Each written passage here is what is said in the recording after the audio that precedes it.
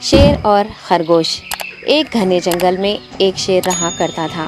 وہ تمام جنگل کا بادشاہ تھا، لیکن وہ بادشاہ جیسے پیش نہیں آتا تھا۔ ہر دن بے رحمی سے جنگل کے جانوروں کو کھا جایا کرتا تھا۔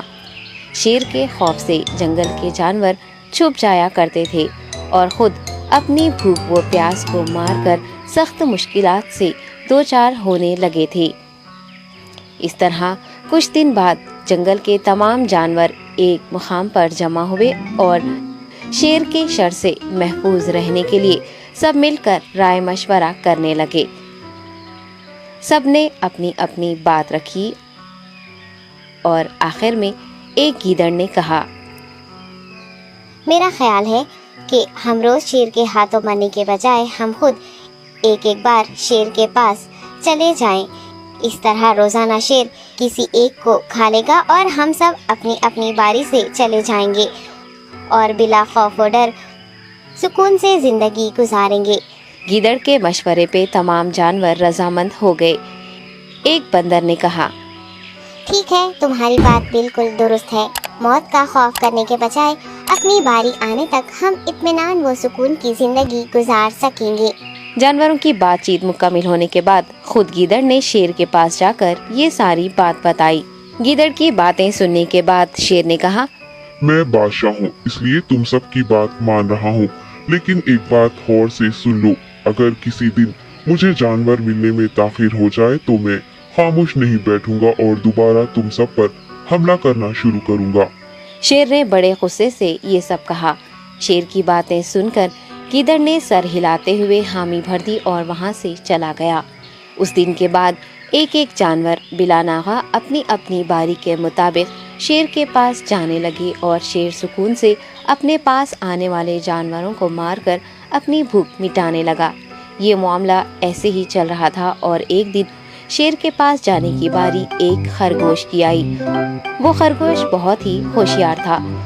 اسے شیر کے پاس جانا منظور نہیں تھا اور اس نے اپنے ساتھی جانوروں کو بے رحمی سے مارنے والے شیر کو سبق سکھانے کی ٹھان لی اور ایک اچھی تدبیر نکال کر آہستہ آہستہ شیر کی گفا کے پاس پہنچ گیا۔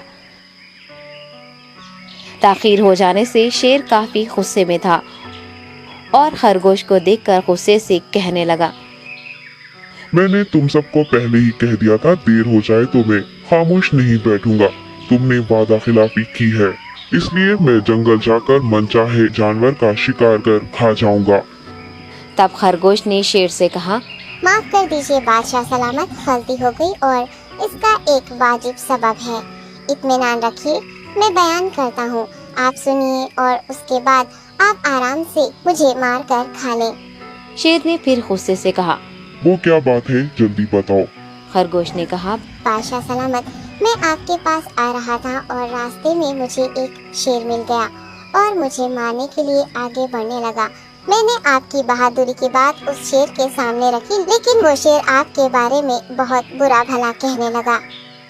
یہ سن کر میں نے غصے سے کہا، تم ہمارے جنگل کے نہیں ہو، ہمارے بادشاہ کے بارے میں ایسی باتیں مت کہو۔ یہ سن کر وہ شیر مجھ پر حملہ کرنے کے لیے تیار ہو گیا۔ یہ دیکھ کر میں نے کہا، تم مجھے مارو گے تو ہمارے بادشاہ تمہیں ہرگز نہیں بخشیں گے۔ تب اس شیر نے کہا، تمہارا بادشاہ میرا کیا کر لے گا؟ میں نے کئی ہاتھیوں کو اپنے پنجے سے مار گرایا ہے۔ تمہارا بادشاہ ہو یا کوئی اور ہو، میرے ہاتھوں بچ نہیں سکتا اور میرے سامنے کوئی ٹک نہیں سکتا۔ میں اسے ختم کروں گا۔ یہ سب بدتمیزی کرنے لگا۔ میں نے اس شیر سے کہا، تم ہمارے بادشاہ سے آ کر بات کرو۔ تب اس نے فخر سے کہا، میں کیوں آؤں؟ تمہارے بادشاہ میں دم ہے تو اسے ہی یہاں لے کر آؤ۔ یہ کہہ کر مجھے دبانے لگا۔ بادشاہ سلامت، اسی لیے آنے میں تاخیر ہو گئی۔ یہ سنتے ہی شیر غصے سے کہنے لگا، چلو ابھی چلتے ہیں، اسے ختم کر دوں گا۔ یہ سننے کے بعد خرگوش نے شیر کو جنگل کے درمیان موجود ایک کنویں کے پاس لے گیا۔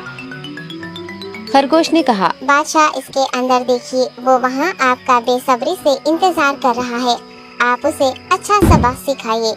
شیر غصے سے فوراً کنویں میں جھانکنے لگا اور زور سے دہاڑنے لگا۔ تب دوسری جانب